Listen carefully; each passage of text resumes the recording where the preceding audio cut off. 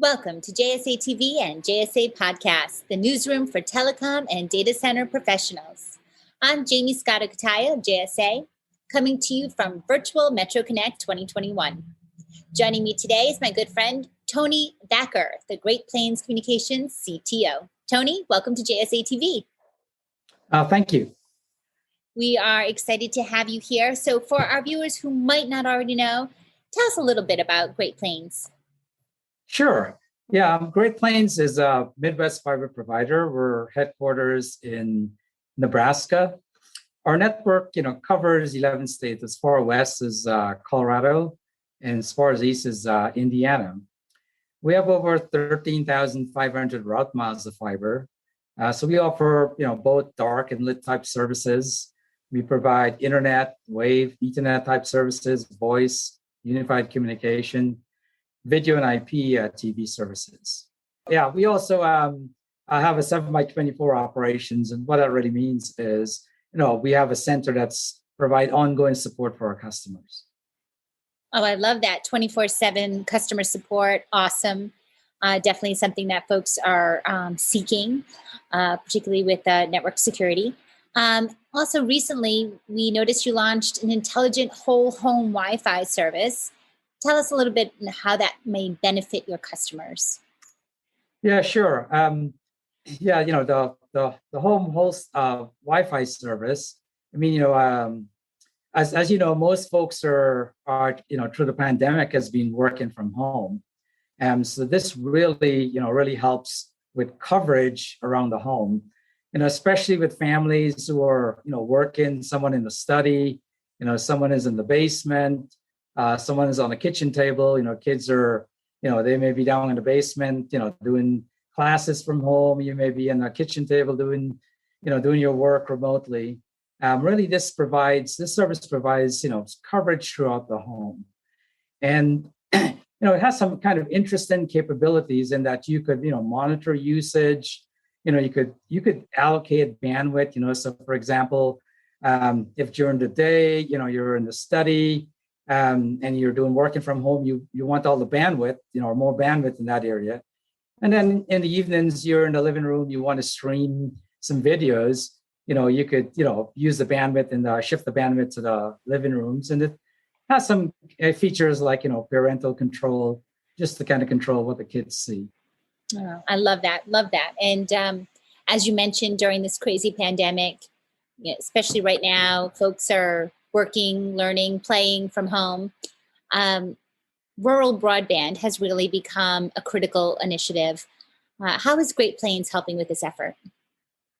Yeah, it's kind of interesting. I mean, rural broadband has become more and more popular, especially most recently with the RDOF bids. But Great Plains have been in the forefront of rural broadband for a number of years. We've participated, with some of the federal and state programs like ACAM. Most recently, we deployed, capability in fiber in markets in Nebraska, a program called the DD.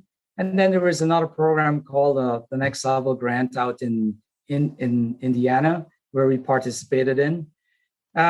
We really, Great Plains has been a company that's been around for over 110 years, and kind of grew up in a lot of our rural communities. If you've ever driven through Nebraska, you'll appreciate the vastness of Nebraska, and there's lots of rural communities there. So basically what we're really doing is continuing what we have done in the past. Continuing to add more and more fiber. I mean, to the network and to those communities, and adding technologies to increase bandwidth. As bandwidth becomes, consumption becomes, more and more on the internet, more increasing daily, more and more on the internet. 110 years. That was a jaw-dropping, mic-dropping moment. That's incredible. So, what's next for the next 2 years for Great Plains? Yeah, I mean, as we kind of look at, the market and look at the overall, industry, our customers and opportunity, the first thing that we're looking at is, continue our market expansion. So we're looking at adding, newer markets, within our footprint. And then we're also investing in existing markets. So in some markets where, we don't touch, all the overall customer base, we're adding more fiber and expanding in those markets. Like, for example, in Omaha, we're building out in different areas, adding more and more fiber. So that's, one area. The second area is adding more, products and capability, to the network and the company. So adding things, products like, Cloud Connect and SD-WAN and managed services are things that we're working on as we kind of look at, what's coming down over the next, couple of years. There's more and more demand for cloud-based solutions, right? And the pandemic really exposed some of this, right? To some degree, the pandemic sped up some of the technologies that we're using today, whether it's remote working, remote learning, streaming from whichever part of the home you're in. The pandemic has really, sped up some of the technologies. Then I think the third area is around, leveraging, new software and capabilities for automation.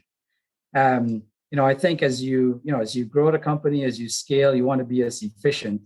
And so software and automation really becomes key, I think, over the next couple of years. Growth, cloud, automation, so many great things on the horizon for Great Plains in the next year or two. What do you see as the single biggest trend on the horizon when it comes to fiber-based tech solutions? Yeah, that's kind of an interesting question. As I kind of think about that, I mean, there's a lot of technology solutions out there, but I think I could probably narrow it down to a few things. One is, fiber-based technologies. Deploying more fiber in the rural and metro areas is kind of foundation for any kind of fiber kind of technologies. But I think if you think about the metro networks, bandwidth, increasing bandwidth and leveraging optical solutions. It just seems like not too long ago, 1 gig was the main bandwidth was discussed. Now we're talking about 100 gig, right, to the metro, right? And now we talk with terabytes and petabytes. So I think leveraging optical technologies, really grow more and more bandwidth.